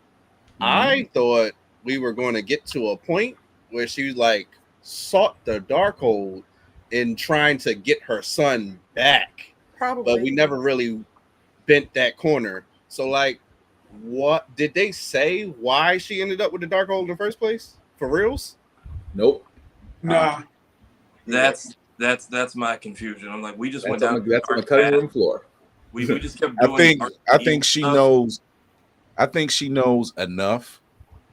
Like Wanda went in and she says, "What? I can get my kids back. Say less," and just go in there, you know. And Agatha is kind of like, you don't want to do that because Agatha's smart. She knows how to get things going. She's conniving, she's manipulative, but she knows certain things, and she already knew. She more likely knew about the Darkhold enough that she's like, I'm not going to dabble that much in it because that may not be it. I'm already dealing with death. And I already like, so there may not ever be a way around that. Yeah. Almost like the soul, it's almost like the soul stone. You can't undo the deal. Yeah. And seeing the story of Nick, I'm just confused. I'm like, I get why you would be mad at her, but what is she mad at you for after all these years if she took your kid? What? I'm now looking at this in like a big Uno reverse. And what is the grudge? Like, you're the natural order of things, but here you are telling us that Wiccan is avoiding the natural order, and you're trying to beat it by forcing this chick into the underworld against her will. What? We're all over the place, man. You just breathe. That's why in Rio's case, Rio was just like, I'm old. Like, that wasn't supposed to happen. I'm old. Well, it's not Agatha's fault that you're old. You might want to talk to Wanda. You know, so like, because that kid wouldn't be here if it wasn't for her. So that ain't her fault. But go ahead. No, I was just saying at the same time, it is kind of contradictory. It's like, okay, you let my child live for 6 years, come back and claim him, then get mad when someone more powerful than me creates children out of nothing, and you expect them to surrender themselves because it defies what you consider natural law. Because if she says if he dies, he can find another body, and I can't track him. Yeah. Defies her natural law. Basically defies death's law. It's like once you're dead, you don't come back. Like you forget like with Wanda, she's a Nexus being. She can do whatever the hell she wants. Like she can defy whatever. So naturally Billy will be the same way in some form. With Wanda's kid, he may not even have that makeup in him. Actually, I just thought about that. Well, at least this version anyway. I just thought about this, Fury. It's a Winchester situation. Now you see where I'm coming from. That's what it's a Winchester situation. You finished Final Fantasy Rebirth, the Gi. Yep. The planet is like, we didn't make you, so when you die, you don't go up or down. You just go right back where you came from, which is just anywhere else. Like he wasn't even a part of this plan, so free pass, you know. Right. So it's just with the contradictory stuff. It's like I had my life together. It's like you die, you're protection. Once you die protecting someone who didn't make it like 30 minutes after they died, you protected them. And then comes back. I feel bad for old girl. I just got rid of this curse. My life's gonna turn around.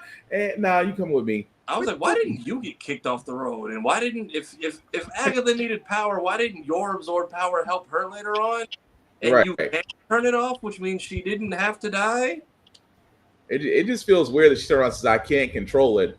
But yet at the very end, when you could have siphoned off Wiccan, you were like, I'm done. I think to be seen. Oh, go ahead, ma'am. No, I was about to say, I think that's the point. Like, Agatha just sucks. Like, she's not a good person. She's a like, terrible human being. She said I couldn't control it. She could. Like, she's just lying. Right. It's just weird because it's like we You know what it is? She's that girl. She got a soft spot for the kid. This is just what it is. She's exhibited that. That's my thing. We see your soft spot, so why are you trying to put the mask on when we can clearly see the holes in it and see the? That's the point that's getting on my nerves. It's like she's avoiding all development that everyone else can see on her. When she's like, I didn't sacrifice myself for you. I'm like, but you're haunting me. So why the fuck are you here? Like, Billy trying to get rid of her is his aggravation, but him realizing I need some kind of guidance. But by her being in ghost form, what damage can she actually do? A lot. You know, pick up the locket. Don't let her learn too much. I'm about to say she already learned corporeally how to pull the locket away from him. She's Mickey to his Rocky Balboa. I was like, "You're a bum, Rock. You're a bum." It's just like bum, Rock. All I the whole entire time was, could you finish the incantation and blow away this bitch? We got blue balled on like 3 different spells. We didn't finish this finale. Like, the incantation for Rio, whatever Wiccan was trying to do, and then the banishment spell. I'm like, we're just not going to finish any of these, are we? And then on top of the fact, it's like, oh, the road kicks you off when you get what you need. I'm like, that didn't qualify for the other 2 people. They got the Neji from Naruto treatment for character development. She is bad, but she's doing a full round. She's like, naga. She just, I love her dearly. We killed off the Coven members for character development like an anime episode. It just. But like 8 said, I think this was more budgetary constraints, and that's fine because what I've noticed about a lot of streaming shows is Netflix said we're giving you 13 flat out. 13 seemed to be too much for a lot of reasons, and whether it's keeping the attention of the viewers or in budget, which is probably a little bit of both. But then they said, okay, we're going to cut down episodes that everybody else learned. They we're going to cut down the episodes. We're going to cut maybe 8 to 10. 9 seems to be the sweet spot. It's starting to notice, but they've also started going to let's go this amount of episodes and release them weekly. That way we keep your attention. You're going to keep coming back. You're going to keep what it's already been touted as one of their best premieres on that station on Disney Plus. They did have a Lovecraft era episode for Jennifer Kale. They probably were just like, this is where we're going to go and start making cuts and just put this on the DVD. Don't need to go and put that information out there. We need that DVD right now. Yeah, it was all the, what it is, Agatha? It's just that girl in high school. You want to be so different, so damn bad, and we can all see the real you. Like the only person you're playing is yourself. And why do you want to be in this facade so bad? Yeah, but see, I like the fact that Mayhem said it in our chat. He said, "I got questions," and I was like, "Good. This is good. This is good to have." I just feel like we're not going to get them answered at all. Or not right now. Not probably not. 2027, 28. At best. Because they got their whole slate lined up for next year. 26, almost. Yeah, they've already got the slate out of everything that they're dropping. So it was like, all right, boom. And they've already got Jack Schaefer, who directed this, lined up. So you already know, she's probably taking care of the entire Maximoff family at this point. Which is a nice touch. You don't want. How often have we said Star Wars, the last trilogy, for example? Yeah, it should have stayed under one director. We understand why it didn't stay that way, but sometimes that story narrative works when it's just under that one director. So they can. So it goes the direction. That's the word of the day, children.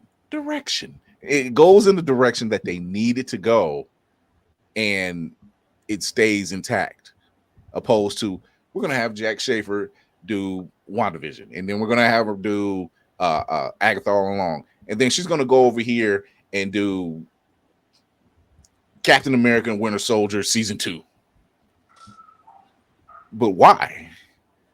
Just like they brought back the Russo brothers, we got the Russo brothers doing the Avengers films. Perfect.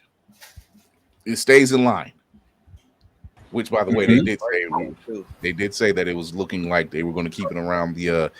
They said, yeah, expect Avengers Endgame type antics. I'm like, oh, y'all didn't come to play, baby. Thank you.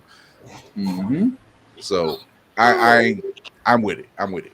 I'm glad that they decided to keep her on board to do these projects in this family, quote unquote, so they can go forward and do this right. And honestly, this went exactly how it should have gone because it's a continuation. It's not the end.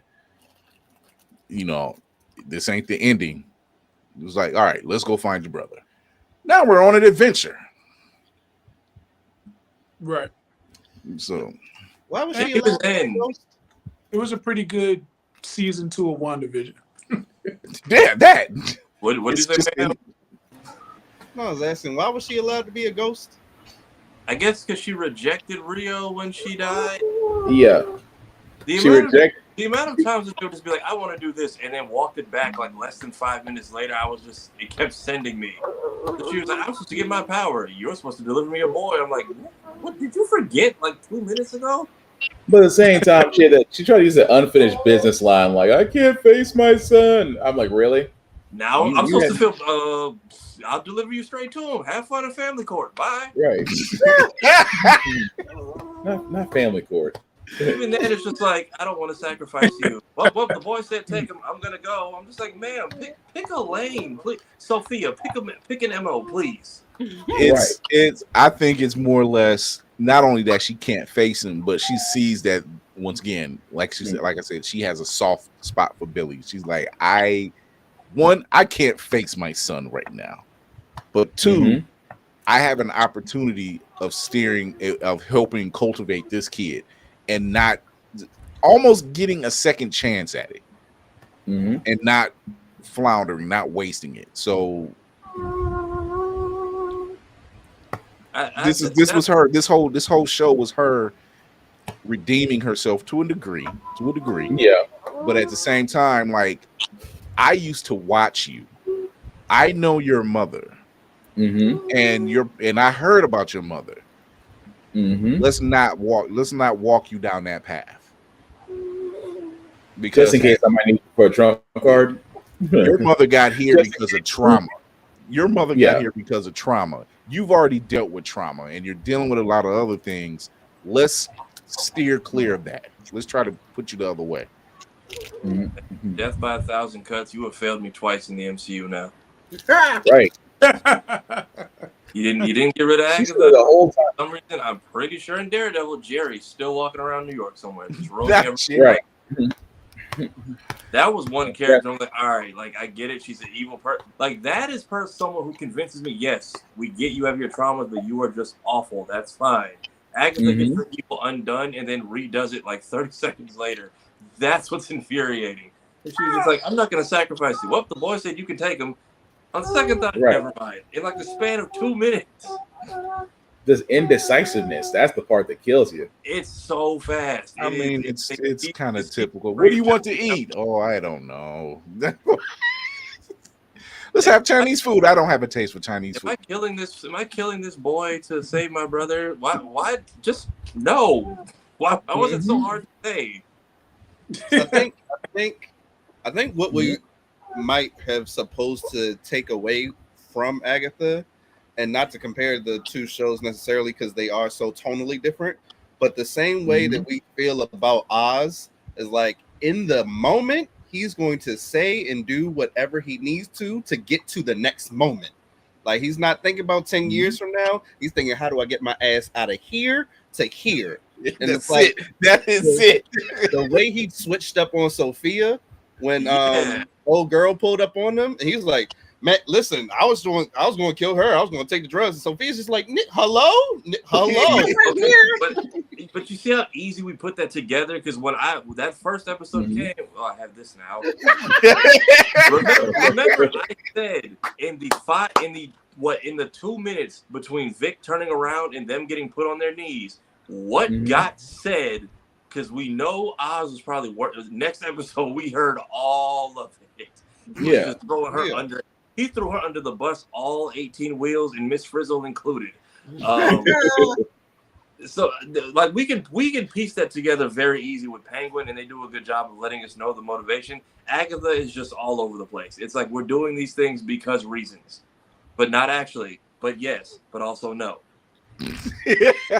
Like at this point, I wouldn't be surprised if she's just annoying this boy in his sleep. Like the next time we see her, and he's like, "Can you please just shut up?"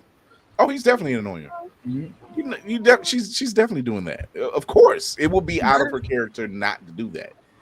Pretty much. You know, she's like, look, she's like, I'm a ghost now. I don't sleep.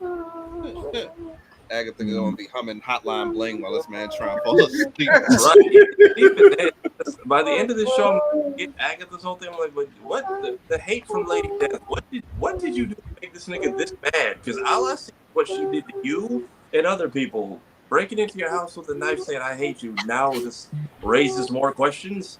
Like their relationship, or Rio was in the back of every oven she ruined. Just like, all right, do your thing, peace. I think part of it is Rio depended. She was like, "Hey, you made my life great, right? By everything you provided me." And when Agatha was like, "No, you know what? I'm done. I'm done. I don't need any more." It's just like you got that one X. You like, this ain't it. I need to go. And they normally go from 0 to 10. Yep. You know, and look, man was just like, yeah. If it's breaking rules, I have yet to see any consequences, which means you're slacking on the job, bro. Like I don't. Yeah. And here you are trying to drag somebody against their will because you claim you're owed, but owed what exactly? Because you didn't come over here when she was just regular Agatha. But I love the fact that she said, "You got all the special treatment." I said, "Special treatment? You basically just you gave took her my a son. You gave me sick. That was special. How? Because I could have took you. Thank you. I guess. I don't know. Is that allowed? Are you allowed to grab people just because? Like, also, if 120 bodies drop a minute, don't you have other places to be? Like, why are you here all the time? Because she was her biggest earner. That's why. Tommy. She was like, "You were my top hole. You brought it all in. I want that back." I think the top hole. The extra violation is not telling her how much time she actually had. Because I think in that moment of like you about to lose your child, and then you get to beg for the life, and you get that reprieve, and you don't actually know how much time is time, and when it is all over, you know specifically who did it. You know specifically who to blame. And I guess you called this person a friend, a lover, and it just is what it is. Like that's rough. She still sucks, but that's rough. At least they weren't playing lovers and friends. No, God no. Jesus. But no, I honestly I enjoyed the series. Definitely a fun ride. Everybody brought their A game. Not gonna lie. Yeah. Everybody brought their A game. They did. I'm currently doing an article for the Blerds Eyeview website, so look out for that. I think after this weekend you'll probably have it. We got the Disney Plus slate for the next couple of years, so thank you. Yeah, you know what? As a matter of fact, I believe I have that right now. I think that's just next year. Yeah, that's a 2025 slate. But yeah, they're rolling out they're rolling out all guns for 2025. Like every other month. Bang, bang, bang. I thought they were going to slow down. Oh, they're all over the place this year. After this. I think now that we have Marvel Television as part of an intro, they can let us know, like, hey, this is a MCU. This is just for fun and giggles. Well, I don't like that What If is getting captured. Go on. So we do have, this is the slate. We have the look ahead, as they call it, the look ahead from Marvel Studios. We're going to play that right now. Here we go. To offer you an opportunity. I brought you here to offer you an opportunity. Oh, I smell what you're stepping in. It's gonna get good.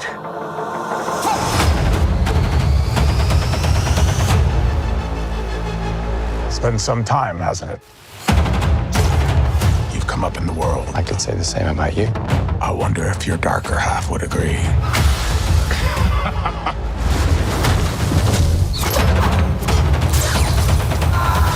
Exactly what kind of a lawyer are you? A really good one. This me. Oh! I want to build something undeniable. Anyone who's ever accomplished anything iconic in life has had to do some questionable things to get it done. Up for an adventure? The battle they will sing about for ages.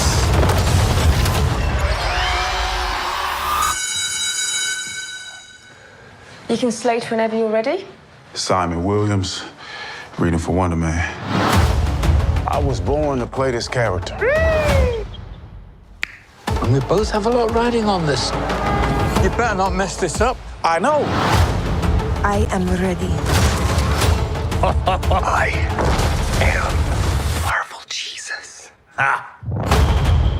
We have a long road ahead of us. Much to do. Oh my God!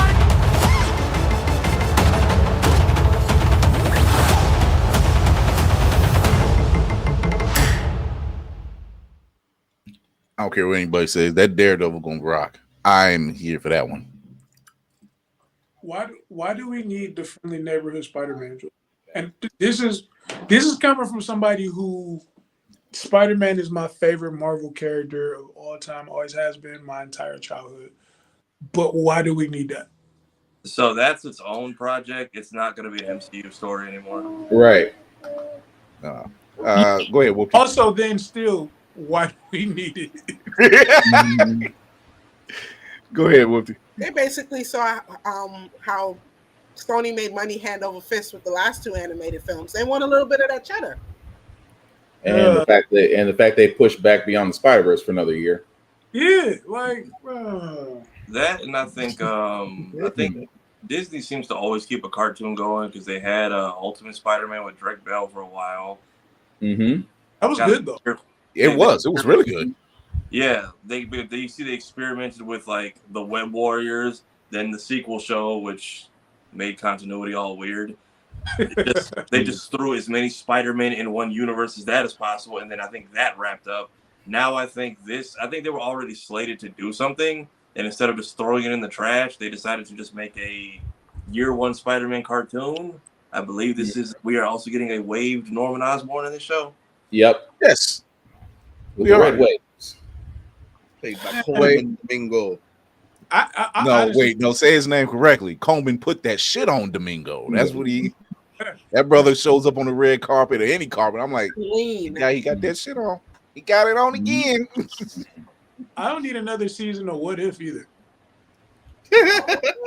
I mean, Red Guardian and Bucky. I just want that episode. I want the Red Guardian and Bucky episode. I'm not gonna lie, I do want that episode. I like What If as a option of here's all the things similar to Dragon Ball Heroes. Here's all the things y'all wanted that we didn't do, but let's just take a peek at it. Like if they were treated like that, but the fact that it's ending after this season is kind of sad.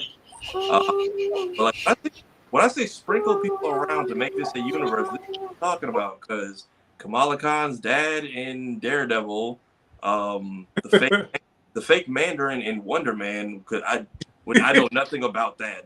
I will never let Trevor Slattery behind the wheel of any car. I just don't trust that man behind the car. He barely made it to the woods, literally, and it was moving. I don't have knowledge of Wonder Man, so I need somebody to fill me into why I should care. I don't know how they're tying him in, but Simon Williams is an actor. He was actually supposed to be introduced some time ago, and they were looking at Nathan Fillion to play Simon Williams. Okay. He is an actor. There are ties between him, Vision, and Wanda. I don't think they're going that route. I hope they don't, because it doesn't. Like a lot of things in comics, we just take it for face value. When you get grown and read them again, you're like, man, that didn't make sense. So we just kind of roll with it, you know. So I want to see exactly what they're gonna do, because the Simon Williams that we know now is made out of ionic energy. Okay. I don't know what they're gonna do for the show. Being that Buddy has been a patsy in all these major criminal organizations and keeps living, it would be smart. It would be smart to use him to link like whatever the 10 Rings is up to and something with Shang-Chi, just because if he somehow has made it out of that too and is just back to helping other actors, which is where he played. Him and his friend played dead. They played dead during that big battle scene. So I'm like, Trevor probably went back. I've got great ideas for all these shows. That could honestly, that would not be a bad idea. You see, Ant-Man wrote a best-selling book. It was like no one else is profiting off this stuff. Falcon is over here owing how much money to Death Row Records? You know, Falcon and Bucky was so poor he went to politics in the next movie. So it would make sense if you tell me he's writing these stories and just remixing the crazy shit he saw as his own, and we somehow get at least a nod to Shang-Chi. Also, was that everyone's saying that was Blade as Moon Knight in the What If trailer? It's Blade. It is Blade.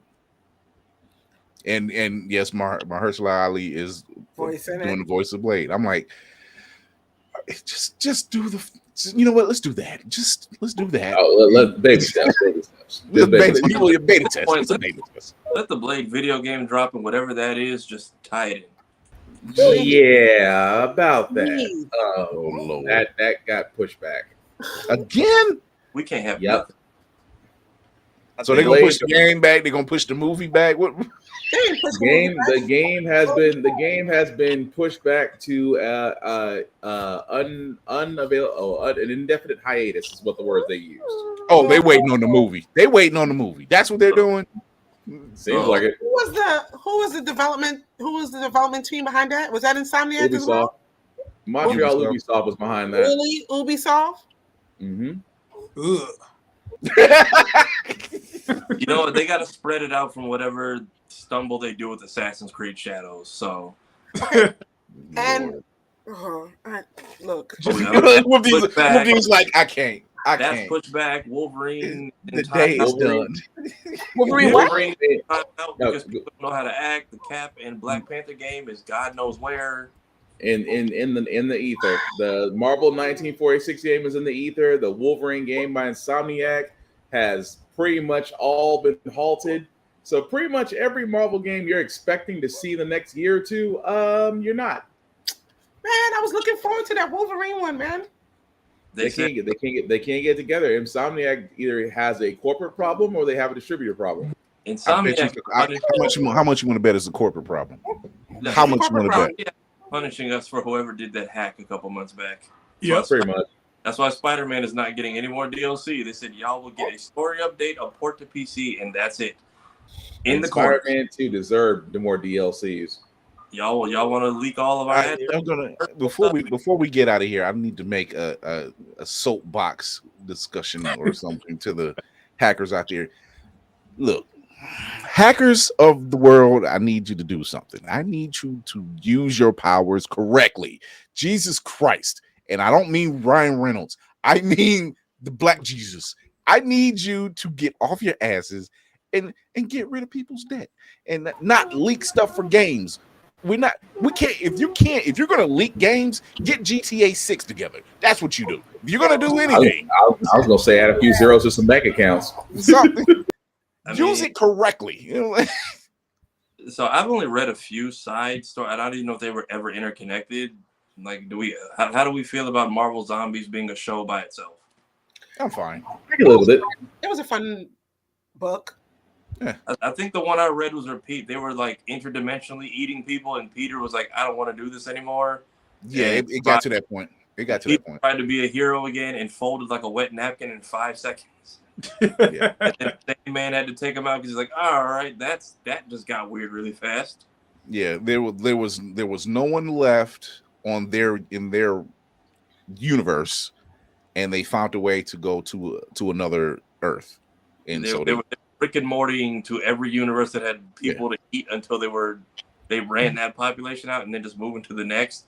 Even ran into Ash Williams during that run. So I'm curious that was fun. I'm curious if Zombie Wanda survived Ultron. It's Wanda. Next is being. At the end of the day, it's gonna be Wanda. Yeah, end of the day, it's Wanda. Give that woman her due. Don't piss her off and walk away. Stop mutants, stop Ultron, and what if she look? That's it. If at the end of the day, it's Wanda. Yeah. And if we're picking up off the end of that show, I'm curious if we just time skip, or do they have someone stepping in for Chad with his one leg? Because that's the last time we saw T'Challa. I think they because him and Okoye made it out, but I think I saw a zombie Okoye in that show. Yeah, that was the one that, because zombie Thanos was there in Wakanda. Mm-hmm. So I'm curious to He see had the glove. I know the guy who played Peter in those shows. This was basically his trial run for this Friendly Neighborhood Spider-Man cartoon. Mm-hmm. What? It's not Ross Marquardt? No, he's doing everybody else's voice. They said, "Look, we'll give you just like the game." They said, "We'll give you a Tom face, but we ain't got Tom money." So, 8 Crazy 8 the Great. Yes, sir. Always a pleasure. Let the people know where they can find you. You can find me on all social media platforms and all music streaming platforms at Crazy, the number 8, THE Great. It's only one of me. You can't get another. And go check out that YouTube channel, because that is dropping tonight? You're dropping that tonight or tomorrow? So yeah, no sooner this show ends, go over to the Crazy 8 the Great YouTube channel. Check it out. And show your damn support, because this brother's out here doing the damn thing. So yeah.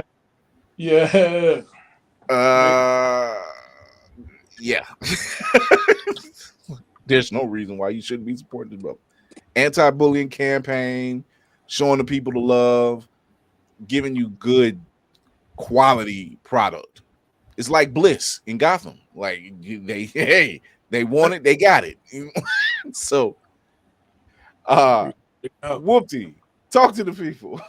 You can find me on my 2 social media platforms. Either on Instagram at Whoopty Freaking Do, or on TikTok with the same name. Also, if you're in the market for nerdy nails, you can also find me on Instagram at Fresh Press by Z, where this is the last thing I did to close out spooky season. All right. Mayhem. No, wait. Always do Tafari, then Mayhem. Tafari. Okay. That looks good. I ain't even in the nails. I know product. I know art when I see it. All right. It's up, not down now.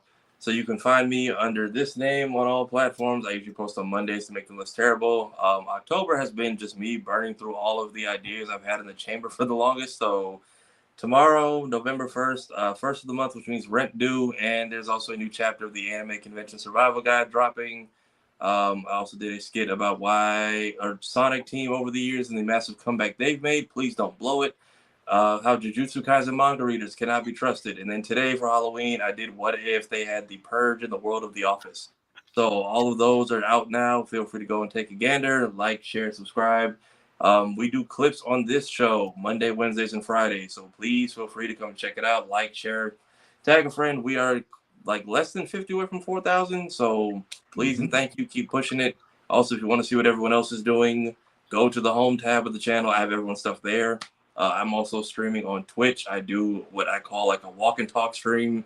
It's me trying to get my life together in this treadmill while talking with y'all and playing video games. It's not as complicated as it sounds, but it's fun. Mayhem, the cinematic assassin, the chaos demon. You can find me at Mayhem Media. That's MAYEHEM Media. Follow me there if you want to talk movies and comics and TV shows with me.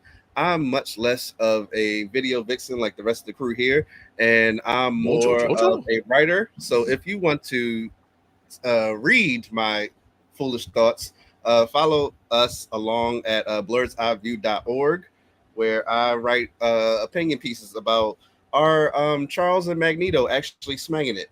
I'm also a Funko Pop collector, a frugal Funko Pop collector. So if you want to find pieces like these, oh no, it disappeared.